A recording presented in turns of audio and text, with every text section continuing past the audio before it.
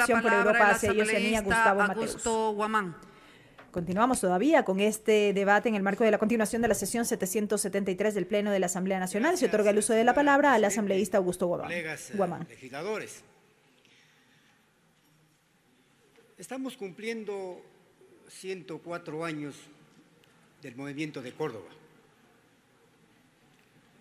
Y vemos hasta el momento que estamos discutiendo justamente esos postulados, los principios del movimiento de Córdoba.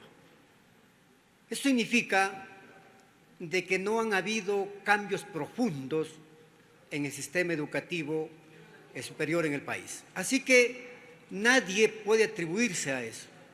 Estamos discutiendo lo mismo de hace 104 años. Señora Presidente,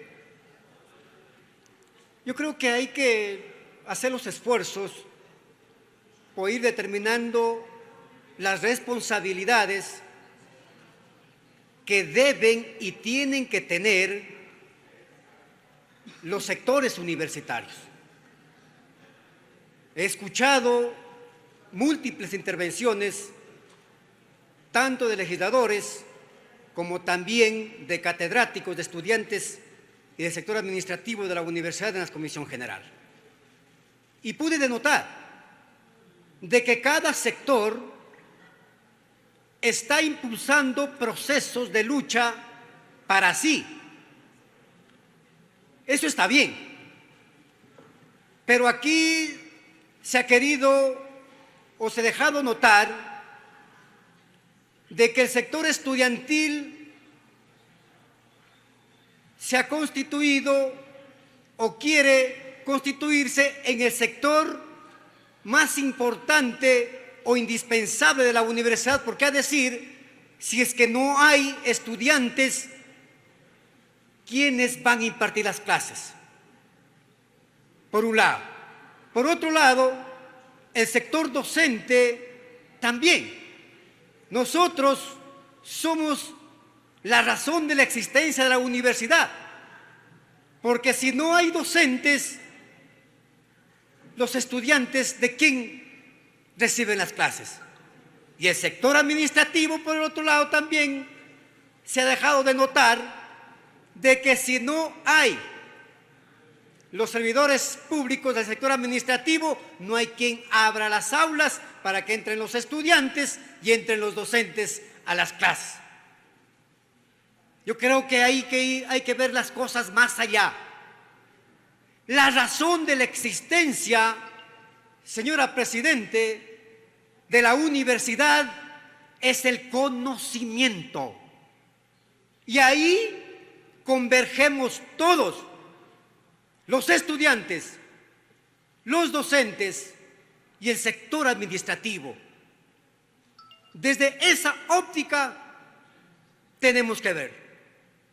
Y aquí la pregunta que me hago frente a la serie de intervenciones: ¿cuál es el responsable entonces de garantizar en el Ecuador una educación superior de calidad? ¿Cuál es el responsable en el Ecuador de garantizar la excelencia académica en la universidad? ¿Cuál es? El Estado. Me dirán, por supuesto que sí. ¿Pero qué es el Estado? ¿Dónde está el Estado? El Estado es abstracto, no lo vemos. Porque es la composición de una serie de elementos. Y ahí están los gobiernos. Ahí están los hombres y mujeres, los ecuatorianos. Y mi pregunta es, ¿qué han hecho los gobiernos durante todo este tiempo después del retorno a la democracia, entre comillas, del 79? Que yo recuerde, las movilizaciones estudiantiles universitarias se volcaban a las calles en el primer gobierno del retorno a la democracia por exigir las rentas para la universidad, presupuesto para la universidad, autonomía universitaria. libertad de cátedra, cogobierno universitario, etc. Todos los gobiernos. De allí en el gobierno de Osvaldo Hurtado, Férez Cordero, Rodrigo Borja, todos, absolutamente todos los gobiernos. Y recordemos, pues, los últimos gobiernos que transitaron por el Ecuador. Aquí debemos de ser claros con nuestros conceptos y con nuestros criterios y puntos de vista. En todos los gobiernos no han entregado, todos, el presupuesto que requiere la Universidad Ecuatoriana. ¿Cómo podemos garantizar la excelencia académica si no se entregan el presupuesto a la universidad? ¿Cómo podemos garantizar la excelencia académica cuando se cierran universidades o se cerraron universidades en el Ecuador? Eso no ayuda a la excelencia académica, por el contrario, degrada. Señora Presidente, yo creo que hay que asumir también responsabilidades. Una intervención que hizo aquí un maestro politécnico decía que es tarea también de las universidades de generar condiciones laborales para sus graduados. Y es cierto. Y decía con mucha razón de que las universidades particulares sí garantizan en cierta medida que sus graduados vayan a ocupar una plaza de trabajo. Yo me pregunto si en las universidades particulares hacen eso, ¿por qué no se hace también desde las universidades estatales o públicas? ¿Cuál es la limitante? ¿Qué impide?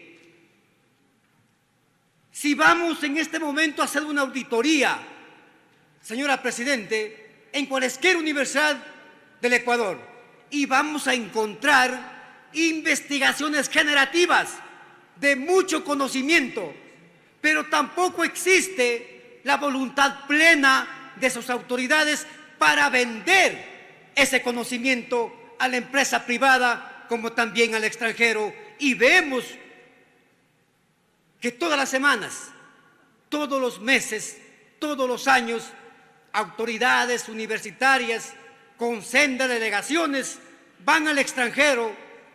Yo no sé para qué van, si no van a vender el producto que genera la Universidad Ecuatoriana. Entonces, considero, señora Presidenta, Presidente, de que es el momento de invocar también, de invocar a la comunidad universitaria para que nos pongamos a la altura de las exigencias de la realidad nacional. En estas condiciones, señora Presidente, totalmente de acuerdo en que cuando hablamos de cogobierno es la coparticipación, y en democracia lo último que nos ofrece en este proceso son las elecciones. En una universidad en donde un estudiante no tenga voz y voto, es estéril prácticamente su propuesta. En donde el docente o el servidor universitario administrativo no tenga voz y voto, es estéril su propuesta y sus conocimientos quedan en el vacío. Por eso, señora Presidente, yo planteo definitivamente que las reformas que se están planteando, que estamos discutiendo en este pleno, deben de ser consideradas. De mi parte, haré llegar mis observaciones, mis propuestas para el segundo debate y estoy seguro que van a ser acogidas. Gracias, señor Presidente.